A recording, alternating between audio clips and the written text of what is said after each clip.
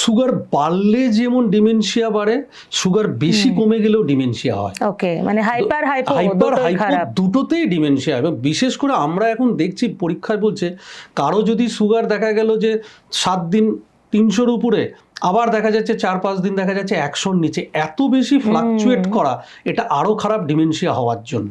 সেই জন্য যা সুগার, ব্লাড সুগার আছে একটু বেশি আছে, তাকে থাকতে দিন, ওটাকে দেখে বেশি কমানোর চেষ্টা করবেন না।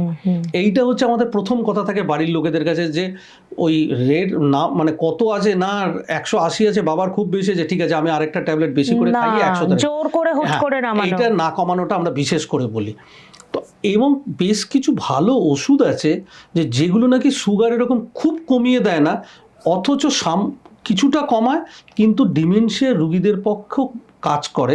এরকম বেশ কিছু ডায়াবেটিকের 2-3টে ওষুধ আছে যেগুলো নাকি এখন আমরা বিশেষ করে যাদের এই দুটো রোগ একসাথে, তাদেরকে বেশি করে আমরা সেগুলো দেওয়ার চেষ্টা করি, যাতে কিছুটা হলেও তার ডিমেনশিয়ার দিকটা উপকার হবে, অথচ সুগারটা কমলো একেবারে বেশি যাতে না কমে যায়। সেই জন্য ডায়াবেটিস উইথ ডিমেনশিয়া থাকলে তাদের যে ডায়াবেটিসের ওষুধ, সেগুলো আমি বলবো না একেবারে তফাৎ, কিছুটা ডায়াবেটিসের প্রায় 12 থেকে 15 রকমের ট্যাবলেট আছে, তার মধ্যে কিছু ট্যাবলেট আছে যেগুলো নাকি এই ডিমেনশিয়া রোগীদের জন্য খুব ভালো কাজ করে।